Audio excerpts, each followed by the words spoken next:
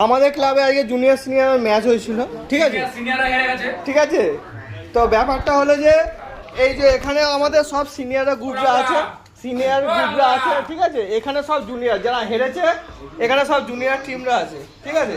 ওই সবাই কি আমি খেলিনি? এই যে সব জুনিয়র তুই তো বাচ্চাদের ভেতরে হেরে পার্টি মুসলমান এই যে আমাদের ম্যান অফ দ্য ম্যাচ হলো আমাদের কালু, ঠিক আছে?